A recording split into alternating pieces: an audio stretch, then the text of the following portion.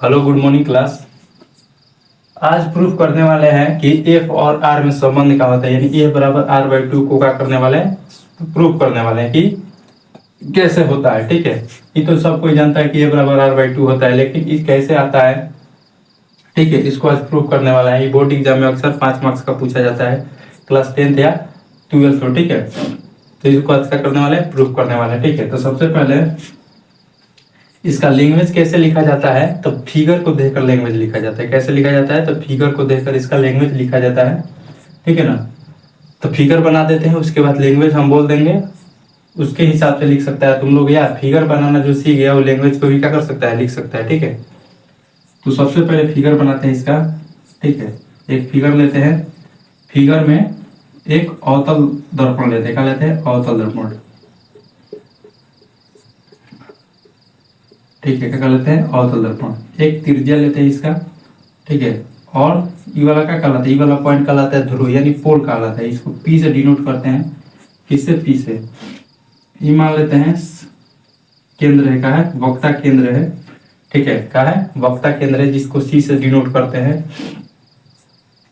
ई वाला मान लेते हैं एफ है, क्या है, एफ है। ठीक है, फोकस, फोकस पॉइंट है। ठीक है, क्या है, फोकस बिंदु है। ठीक है, वक्ता त्रिज्या के समानांतर कोई भी किरण आती है और दर्पण से टकराने के बाद फोकस से कहा जाती है, निकल जाती है। ठीक है, वक्ता त्रिज्या के, ठीक है, समानांतर कोई भी किरण आती है और दर्पण से टकराने के बाद, अवतल दर्पण से टकराने के बाद कहाँ से निकल जाती है, तो फोकस से निकल जाती है। कहाँ से निकल जाती है, फोकस से निकल जाती है। ठीक है, मान लो कोई भी ऐसे किरण आई, ठीक है, और दर्पण से टकराने के बाद कहाँ से निकलेगी, तो फोकस से निकल जाएगी। कहाँ से, फोकस से निकल जाएगी। ठीक है, यहां से निकल जाएगी।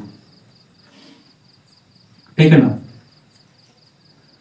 चित्र को देखना है कैसे बन रहा है, उसी के हिसाब से सीखना है चित्र को बनाना। ठीक है, अब यहाँ पे तुम लोग पढ़ा होगा कि प्रकाश का प्रवर्तन का नियम, कि जब कोई वस्तु, जब कोई किरण समतल दर्पण से टकराती है, किसी भी दर्पण से टकराती है, तो पुनः क्या होती है, उसी माध्यम में लौट जाती है। अगर इसके बीच में एक अभिलंब खींचे, क्या खींचे, अभिलंब, तो एक एंगल बनाती है। क्या बनाती है, ई वाला एंगल और ई वाला एंगल। ठीक है, इसको इंसिडेंट रे बोलते हैं, इसको रिफ्लेक्शन रे बोलते हैं, यानी ये आपतित किरण, आपतन कोण है, ये परावर्तन कोण है, ये दोनों आपस में क्या होता है, बराबर होता है। ठीक है, क्या होता है, बराबर होता है। ठीक है ना, थोड़ा इसको और इधर बनाते हैं।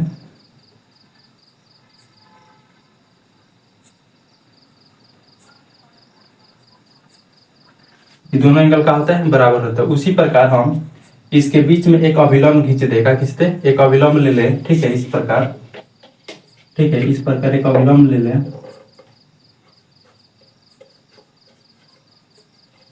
ठीक है, इस प्रकार एक अभिलंब ले लें यहाँ पे, तो ये वाला एंगल मान लो थीटा है, यानी इंसिडेंट रे आई है, तो ये भी क्या होगा, थीटे होगा। क्या होगा, थीटा होगा, यानी दोनों एंगल क्या होगा, थीटा होगा। ठीक है,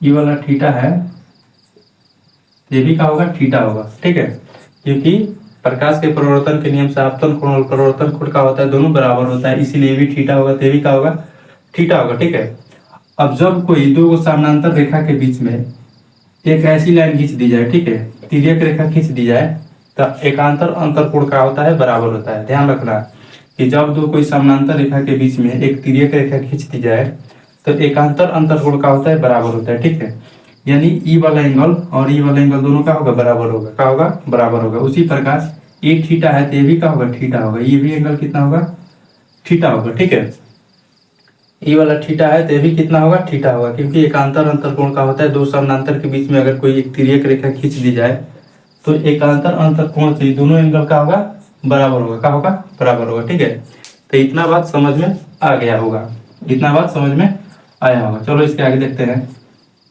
ठीक है, अब इसका नाम लेते हैं, कुछ नाम देते हैं। इसको मान लो एम, इसको एम डैश। ठीक है, ये एफ का है, एफ है। ठीक है, का है, एफ है। ठीक है, इतना बात समझ में आया होगा। ठीक है, अब यहाँ पे देखते हैं कि एक त्रिभुज बन रहा होगा, M C F, M C F. ठीक है, इसमें दो गो एंगल बराबर है। क्या है, दो एंगल बराबर, यानी जिस त्रिभुज की दो गो एंगल, चाहे दो गो भुजा बराबर होगा, कौन सा त्रिभुज कहलाता है, तो समद्विबाहु त्रिभुज कहलाता है। यानी जिस त्रिभुज की दो एंगल बराबर है तो दो भुजा भी बराबर होना चाहिए, ठीक है। उसके आमने सामने वाला भुजा भी क्या होता है, बराबर होता है। यानी इस एंगल के सामने वाला ये भुजा, ठीक है, इस एंगल के सामने वाला ये भुजा और इस एंगल के सामने वाला ये भुजा दोनों आपस में क्या है, बराबर है। क्या है, बराबर है, ठीक है। क्या है, बराबर, ठीक है। इतना बात समझ में आया होगा, ठीक है ना, इतना बात समझ में आया होगा, ठीक है।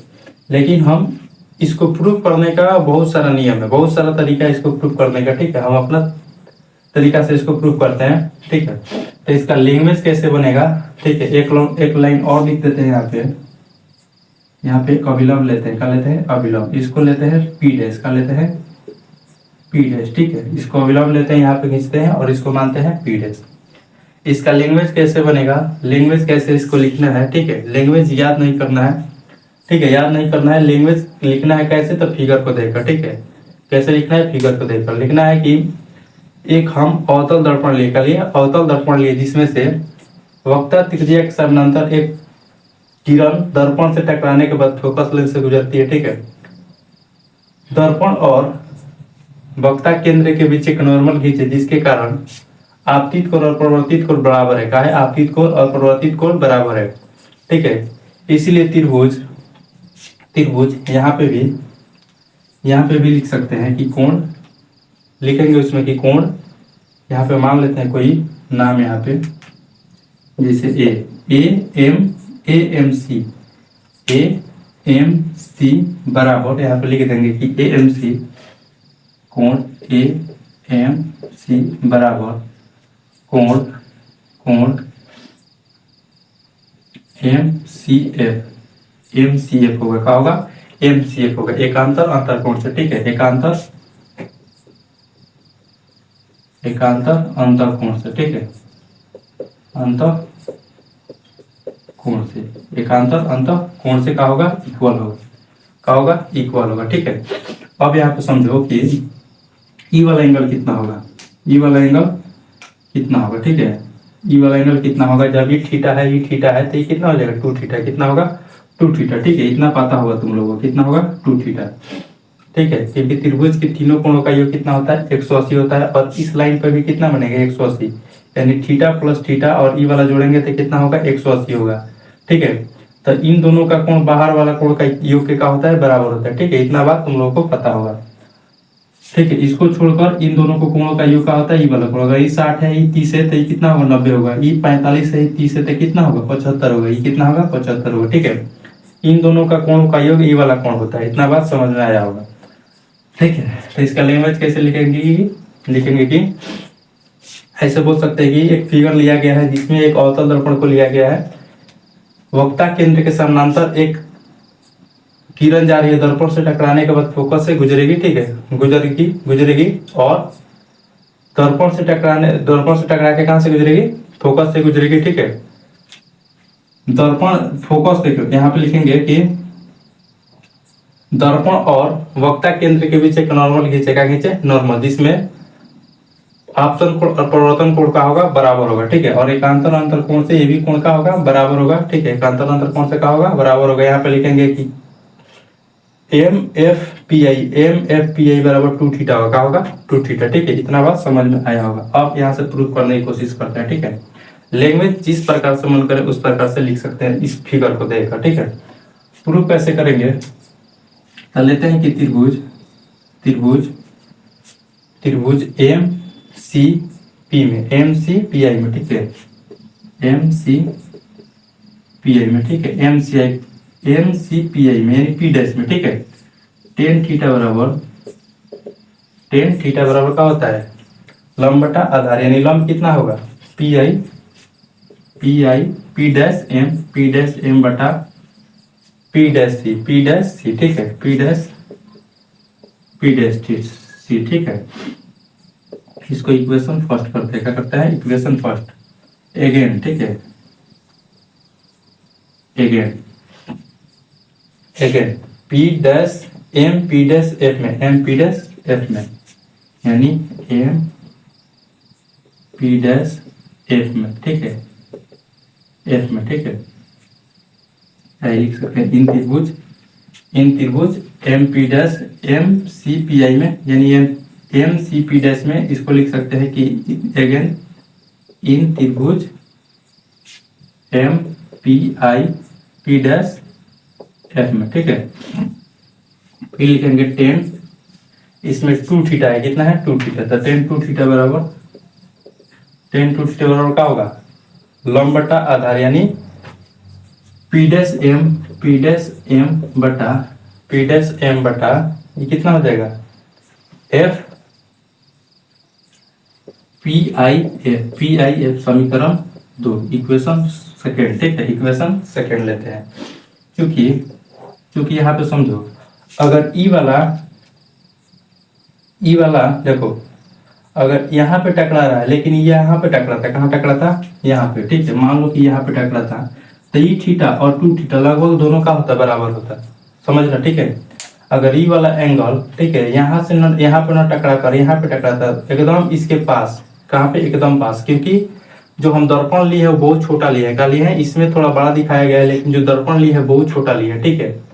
तो ई वाला यहाँ पे ना टकरा कर, एम पर ना टकरा कर, लगभग कहाँ टकरा था, पी के जगह पर, कितना टकरा था, पी के पास में, ठीक है, लगभग पी के पास में। तो ई थीटा और 2 थीटा लगभग का होता है, बराबर होता है, थीटा और 2 थीटा लगभग का होता है, बराबर होता है। यानी लिख सकते हैं कि उपाक्षीय किरण के लिए, ठीक है, उपाक्षीय रे के लिए यहाँ पे लिख सकते हैं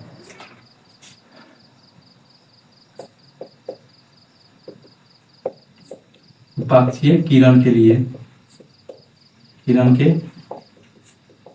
थीटा बराबर कितना होगा, 2 थीटा, थीटा बराबर कितना हो जाएगा, 2 थीटा, ठीक है। थीटा बराबर कितना हो जाएगा, 2 थीटा, यानी टेन थीटा बराबर कितना हो जाएगा, टेन थीटा बराबर लिख सकते हैं थीटा, टेन थीटा बराबर थीटा, और टेन 2 थीटा बराबर 2 थीटा, ठीक है। टेन थीटा बराबर थीटा और टेन 2 थीटा बराबर टेन थीटा, ठीक है। अब यहाँ पे देखते हैं कि इसको इक्वेशन बराबर करते हैं, क्या करते हैं, इक्वेशन बराबर करते हैं, यानी हम इसके जगह पर टेन थीटा की जगह पर सिर्फ थीटा ले सकते हैं, और टेन 2 थीटा की जगह पर सिर्फ 2 थीटा, यानी टेन को हटा सकते हैं, क्या कर सकते हैं, हटा सकते हैं, ठीक है। लेकिन जब बराबर करेंगे तो इसमें क्या करेंगे, 2 से गुना करेंगे, क्या करेंगे, इक्वेशन फर्स्ट में 2 से गुना करेंगे, तो इसको क्या करेंगे, 2 थीटा, क्या करेंगे, 2 थीटा बराबर 2 P I M P I C, ठीक है, P I C 2 P I M बटा पी आई सी लिख सकते हैं, ठीक है। इसको क्या लिख सकते हैं हम, 2 थीटा बराबर पी आई एम बटा पी आई एफ, ठीक है, लिख सकते हैं ना। अब देखो, दोनों लेफ्ट हैंड बराबर है तो राइट हैंड भी क्या होगा, बराबर होगा। जब लेफ्ट हैंड भी बराबर है राइट हैंड भी क्या होगा, बराबर होगा, ठीक है। यानी हम इसको कह सकते हैं इक्वेशन नंबर 3, इक्वेशन नंबर इसको 3 कर लो, और इक्वेशन नंबर इसको 4 कर लो, इक्वेशन 3 एंड 4, ठीक है। फ्रॉम इक्वेशन यहाँ पे लिख सकते हैं फ्रॉम इक्वेशन 3 एंड इक्वेशन 4 से, ठीक है। तो ये 2 थीटा और 2 थीटा है, तो ये दोनों आपस में क्या होगा, बराबर होगा। इसको इसीलिए हम यहाँ पे लिख सकते हैं, एक लाइन और यहाँ पे लिख देते हैं कि पी आई एम बटा पी आई एफ बराबर ये हो जाएगा 2 पी आई एम बटा पी आई नहीं, पी डैश, ठीक है, P dash C, P dash M बटा P dash F, P dash M बटा पी डैश सी, ठीक है। तो पी डैश एम से पी डैश एम का हो जाएगा, कट जाएगा, क्या हो जाएगा, कट जाएगा, ठीक है। और यहाँ पे क्या हो जाएगा, ये हो जाएगा पी डैश सी, यहाँ पे लिख सकते हैं, यहाँ पे, ठीक है, यहाँ पे लिख सकते हैं कि पी डैश सी बराबर 2 P dash F, 2 P dash F, ठीक है, P dash F, P dash F, ठीक है, इतना लिख सकते हैं। अब यहाँ पे समझो, यहाँ पे आप समझो कि बहुत छोटा सा का लिए हैं, दर्पण लिए, का लिए हैं, बहुत छोटा सा दर्पण लिए है, तो पी डैश और पी दोनों एकदम पास में होगा, क्या होगा, पी डैश और पी एकदम दोनों का होगा, एकदम पास में होगा, ठीक है, क्योंकि दर्पण का लिए बहुत छोटा लिए। तो जब एक लंब डालेंगे तो ये दोनों का होगा, एकदम पास में होगा, क्या होगा, एकदम पास में होगा। इसीलिए पी डैश के बराबर हम पी भी लिख सकते हैं, क्या लिख सकते हैं, पी डैश के बराबर पी भी हम लिख सकते हैं, ठीक है। यानी हम पे लिखेंगे कि पी सी बटा 2 पी एफ, कितना, पी सी बटा 2 पी एफ, ठीक है। अब यहाँ पे समझो, यहाँ से यहाँ तक इस दूरी को क्या बोला जाता है, यहाँ से इस दूरी को क्या बोला जाता है, आर, क्या बोला जाता है, आर। यहाँ से इस दूरी को क्या बोला जाता है, इतना पता होगा, एफ बोला जाता है, क्या बोला जाता है, एफ। यानी इस रेडियस से क्या है, रेडियस है। सेंटर, केंद्र और ध्रुव के बीच की दूरी को क्या कहा जाता है, रेडियस कहा जाता है। और ध्रुव और फोकस फोकस के बीच को क्या कहा जाता है, फोकस दूरी कहा जाता है, एफ कहा जाता है, ठीक है। यानी पीसी बराबर क्या हो जाएगा, आर का हो जाएगा, आर। और पी एफ बराबर क्या हो जाएगा, एफ, यानी 2f, ठीक है। तो एफ बराबर क्या हो जाएगा, यहाँ पे एफ बराबर आर बाई टू, एफ बराबर आर बाई टू, ठीक है। एफ बराबर आर बाई टू। तो यही प्रूव करना था कि एफ बराबर आर बाई टू का हो गया, एफ बराबर आर बाई टू होता है, ठीक है।